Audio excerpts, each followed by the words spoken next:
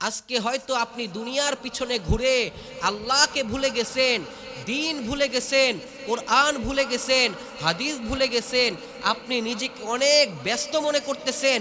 একটা কথা মনে রাখবেন, এই দুনিয়ার সমস্ত ব্যস্ততা থাকবে, আপনি থাকবেন না। আপনি যেদিন মারা যাবেন ওই দিনও আপনার ঘরের মধ্যে ভাত রান্না হবে, ওই দিনও আপনার ঘরের মধ্যে তরকারি রান্না হবে। আপনাকে ছাড়াও আপনার বিবি বাচ্চা চলবে, সমাজ চলবে, পরিবেশ চলবে, রাষ্ট্র চলবে। আপনাকে হয়তো সর্বোচ্চ মানুষ 1 মাস মনে রাখবে, এরপরে মানুষ আপনাকে ভুলে যাবে। এই মৃত্যুর কথা চিন্তা করবেন। এই মৃত্যু আপনার সমস্ত স্বপ্নকে শেষ করে দিবে।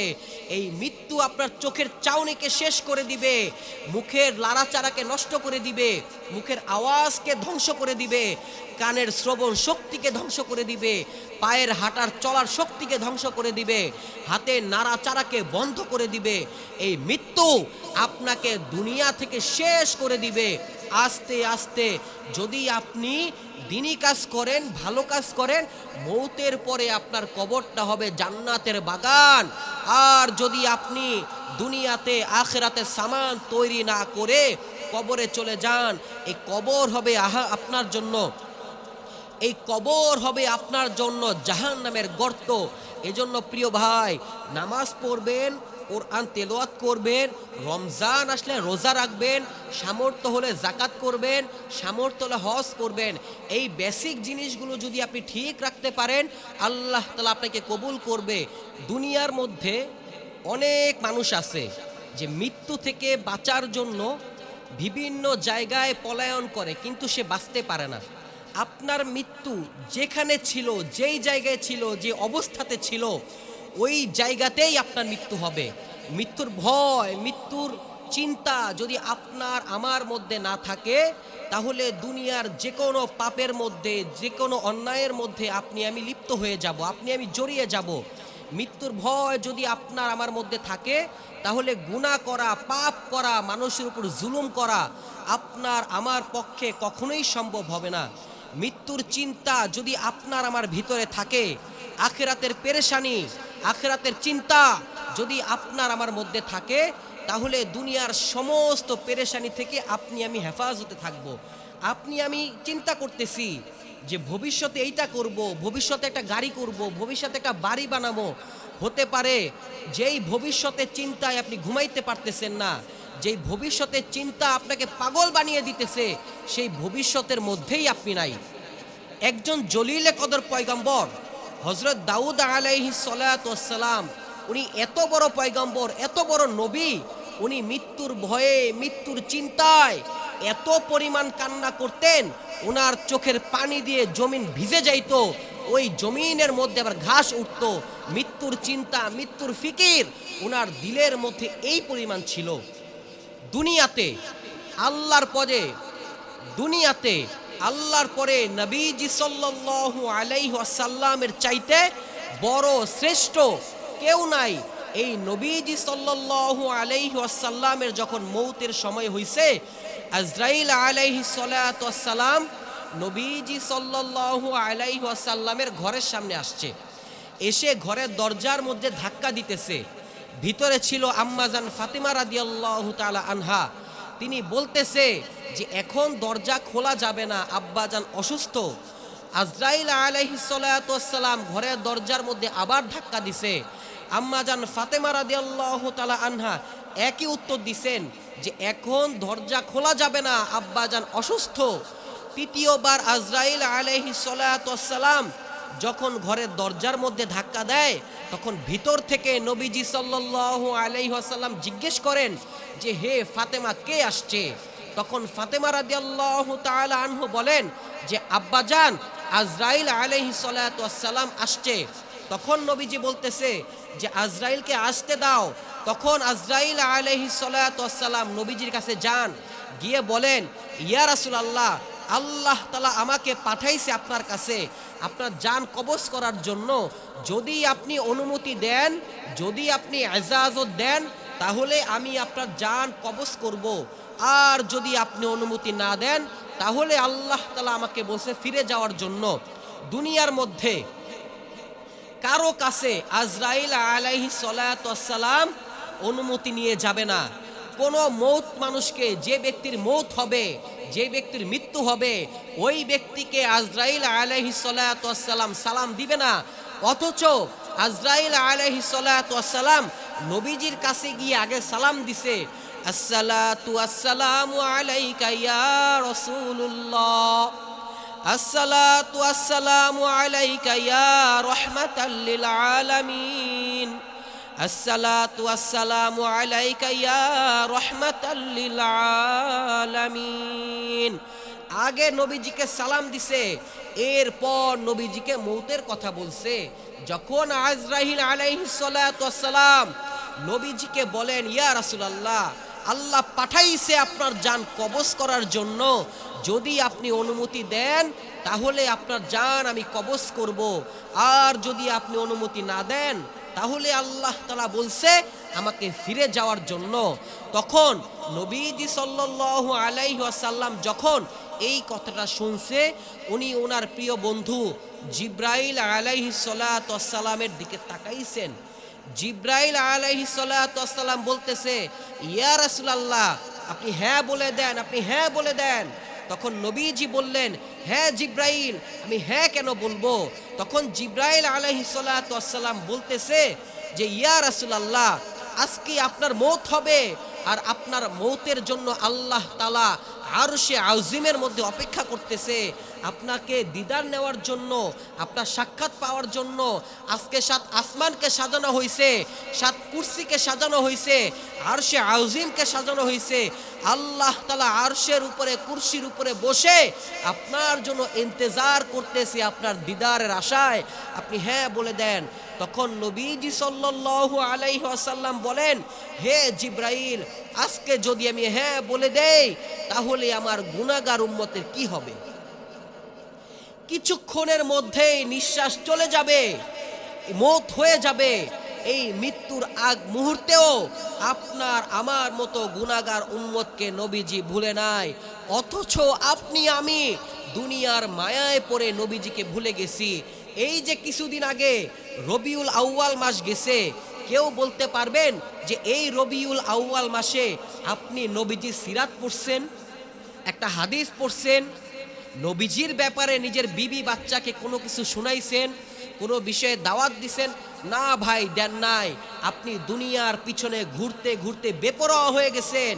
অথচ যেই নবীর জন্য আপনি দুনিয়াতে আসছেন, যেই নবীকে না বানাইলে আল্লাহ তাআলা দুনিয়া সৃষ্টি করতো না, ওই নবীকে আপনি ভুলে গেছেন।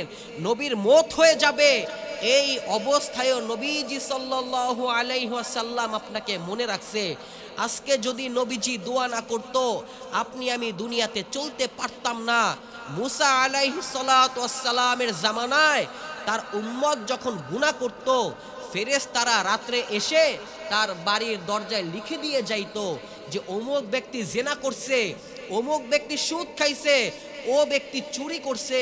তখন নবীজি আল্লাহর কাছে দোয়া করছে, আল্লাহ, তুমি তো সব নবীর উম্মতের গুনাহকে প্রকাশ করছো, তুমি আমার উম্মতের গুনাহকে প্রকাশ করিও না।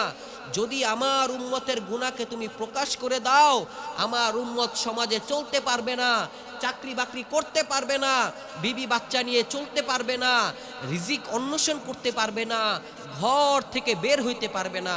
আপনি বলেন প্রিয় ভাই, মুসা আলাইহিস সালাতু ওয়াস সালামের জামানায় একবার একটা নিষেধাজ্ঞা হয় যে এই দিন মাছ ধরা নিষেধ। যেমন শনিবার দিন, আমাদের যেমন শুক্রবার পবিত্র দিন, ওই জামানায় ছিল শনিবার দিন পবিত্র দিন। আমরা যেমন শুক্রবার দিন দুনিয়ার সমস্ত কাজ করতে পারি, আল্লাহর ইবাদতও করি, দুনিয়ার কাজও করি, কিন্তু ওই সময় ছিল শনিবার দিন শুধু আপনি দিনই কাজ করতে পারবেন, আল্লাহ তাআলার কাজ করতে পারবেন, দুনিয়াবি কোনো কাজ আপনি করতে পারবেন না। তখন ওই এলাকার মানুষজন লোভে পড়ে যায়। শনিবার দিন যখন পবিত্র দিন ছিল, শনিবার যেহেতু পবিত্র দিন, ওই যে নদীর মাছ, সমুদ্রের মাছগুলো একেবারে কিনারায় চলে আসতো। তো ওই দিন মাছ ধরা নিষেধ ছিল। তো ওই এলাকার মানুষ লোভে পড়ে মাছ ধরে। এই মাছ ধরার কারণে আল্লাহ তাআলার আযাব এবং গজবে ওই এলাকার মানুষ বানর হয়ে যায়। এখন ভাই আপনি বুঝে থাকলে উত্তর দেন, মাছ খাওয়া বড় গুনাহ না সুদ খাওয়া বড় গুনাহ? মাছ খাওয়া বড় গুনাহ না জেনা করা বড় গুনাহ? মাছ খাওয়া বড় গুনাহ না পিতা মাতার অবাধ্য হওয়া বড় গুনাহ? মাছ খাওয়া বড় গুনাহ না নামাজ কাজা করা বড় গুনাহ?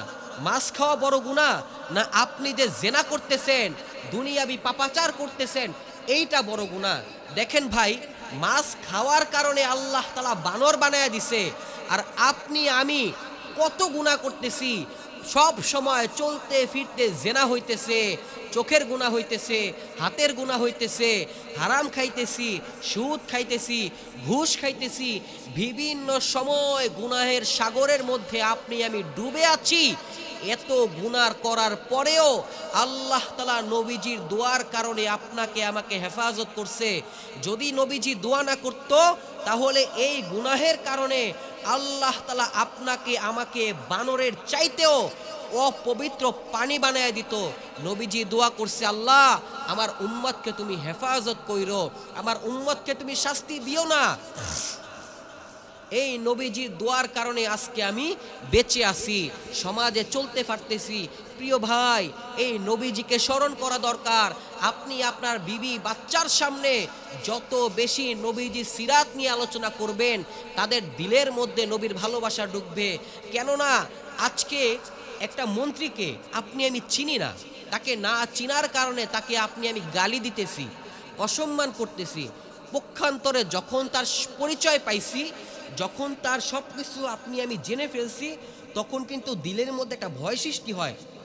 মন্ত্রী সাহেব, এমপি, পুলিশ, এই যে তার এই পরিচয় জানার কারণে তার প্রতি একটা ভালোবাসা সম্মান চলে আসে। যখন আপনার বিবি বাচ্চা, আপনার সন্তান, আপনার পরিবারের লোকজন নবীর সিরাত জানবে, নবীর পরিচয় জানবে, তখন তাদের দিলের মধ্যেও নবীজির ভালোবাসা ঢুকবে, নবীজির মহাব্বত ঢুকবে। আজকে আপনার আমার সন্তানকে পিতা মাতা অবাধ্য হওয়ার কারণে, পিতা মাতা না বুঝানোর কারণে আজকে আপনার আমার সন্তান নাস্তিক হইতেছে, মুরতাদ হইতেছে, জাহান্নামী হইতেছে, শুধুমাত্র আপনার আমার কারণে। আপনি আমি যদি সন্তানকে গার্ড দিতাম, সন্তানকে দ্বীনি শিক্ষায় শিক্ষিত করতাম, সন্তানকে কোরআন শিখাইতাম, আজকে আপনার আমার সন্তান ধর্ষক হইতো না, আজকে আপনার আমার সন্তান বেঈমান হইতো না, আজকে আপনার আমার সন্তান সন্ত্রাস হইতো না। কেননা একজন সন্তানের জন্য সবচাইতে বড় বিশ্ববিদ্যালয় হচ্ছে মায়ের কোল। মায়ের কোল থেকে সন্তান যা শিখবে সে ওইটাই মানবে, সে ওইটাই বুঝবে, সে ওইটাই লালন করবে। এজন্য প্রিয় ভাই, ঘরটার মধ্যে কোরআনের পরিবেশ তৈরি করবেন, দ্বীনের পরিবেশ তৈরি করবেন, নামাজের পরিবেশ তৈরি করবেন। দেখবেন আল্লাহ তাআলা এই দ্বীনের কারণে, কোরআনের কারণে, হাদিসের কারণে আপনাকে সম্মানী বানায় দিবে। এবং মৌতের কথা চিন্তা করবেন। আজকে হয়তো আপনি দুনিয়ার পিছনে ঘুরে আল্লাহকে ভুলে গেছেন, দ্বীন ভুলে গেছেন, কোরআন ভুলে গেছেন, হাদিস ভুলে গেছেন, আপনি নিজেকে অনেক ব্যস্ত মনে করতেছেন। একটা কথা মনে রাখবেন, এই দুনিয়ার সমস্ত ব্যস্ততা থাকবে, আপনি থাকবেন না। আপনি যেদিন মারা যাবেন, ওই দিনও আপনার ঘরের মধ্যে ভাত রান্না হবে, ওই দিনও আপনার ঘরের মধ্যে তরকারি রান্না হবে। আপনাকে ছাড়াও আপনার বিবি বাচ্চা চলবে, সমাজ চলবে, পরিবেশ চলবে, রাষ্ট্র চলবে। আপনাকে হয়তো সর্বোচ্চ মানুষ 1 মাস মনে রাখবে, এরপরে মানুষ আপনাকে ভুলে যাবে। এই মৃত্যুর কথা চিন্তা করবেন। এই মৃত্যু আপনার সমস্ত স্বপ্নকে শেষ করে দিবে, এই মৃত্যু আপনার চোখের চাউনিকে শেষ করে দিবে, মুখের লাড়াচাড়াকে নষ্ট করে দিবে, মুখের আওয়াজকে ধ্বংস করে দিবে, কানের শ্রবণ শক্তিকে ধ্বংস করে দিবে, পায়ের হাঁটার চলার শক্তিকে ধ্বংস করে দিবে, হাতের নাড়াচাড়াকে বন্ধ করে দিবে। এই মৃত্যু আপনাকে দুনিয়া থেকে শেষ করে দিবে আস্তে আস্তে। যদি আপনি দ্বীনি কাজ করেন, ভালো কাজ করেন, মৌতের পরে আপনার কবরটা হবে জান্নাতের বাগান। আর যদি আপনি দুনিয়াতে আখিরাতে সামান তৈরি না করে কবরে চলে যান, এই কবর হবে আপনার জন্য, এই কবর হবে আপনার জন্য জাহান্নামের গর্ত। এজন্য প্রিয় ভাই, নামাজ পড়বেন, কোরআন তেলাওয়াত করবেন, রমজান আসলে রোজা রাখবেন, সামর্থ্য হলে জাকাত করবেন, সামর্থ্য হলে হজ করবেন। এই বেসিক জিনিসগুলো যদি আপনি ঠিক রাখতে পারেন, আল্লাহ তাআলা আপনাকে কবুল করবে। এবং বেশি বেশি মৌতের কথা চিন্তা করা। আপনি যতই পলায়ন করেন না কেন, মৌত কিন্তু আপনার পিছে ছাড়বে না। আপনি মনে করতেছেন আপনি গোপালগঞ্জ থেকে পালিয়ে আপনি খুলনা চলে যাবেন, আপনি আমেরিকা চলে যাবেন, আপনি চায়না চলে যাবেন, আপনি জাপান চলে যাবেন, আপনি যেখানেই পলায়ন করেন না কেন, কুল্লু নাফসিন যায়িকাতুল মাউত, মৌতের স্বাদ, মৃত্যুর স্বাদ আপনাকে গ্রহণ করতেই হবে। মৃত্যু আপনাকে ছাড়বে না, এই দুনিয়া আপনাকে ছাড়বে না, এই দুনিয়া আপনাকে শেষ করেই দিবে। এই জন্য প্রিয় ভাই, বেশি বেশি মৌতের কথা স্মরণ করবেন, বেশি বেশি আল্লাহর কাছে দোয়া করবেন, আল্লাহ আমার মৃত্যুটা যেন সুন্দর হয়, আমার মৃত্যুটা যেন জুমার দিনে হয়, আমার মৃত্যুটা যেন রমজান মাসে হয়। দেখবেন এই দোয়ার কারণে, দেখবেন এই দোয়ার কারণে আল্লাহ তাআলা আপনাকে খাতমা বিল খায়ের দান করবে, আপনার জিন্দেগিটাকে আল্লাহ তাআলা সুন্দর করে দিবে। ভাই নবীজির যোগ কি ভাই, নবীজি সাল্লাল্লাহু আলাইহি ওয়াসাল্লামের যদি মৃত্যু নিয়ে এত পেরেশানি থাকে, মৃত্যু নিয়ে এত পেরেশানি থাকে, মৃত্যুর কষ্ট যদি ওনার এত হয়, তাহলে আপনি আমি কে? মৃত্যুর কষ্ট, মৃত্যুর যন্ত্রণা প্রিয় ভাই সহ্য করতে পারবেন না। আল্লাহ তাআলা আপনাকে আমাকে মৃত্যুর আযাব থেকে, মৃত্যুর যন্ত্রণা থেকে হেফাজত করুন। সকলে বলি আমিন।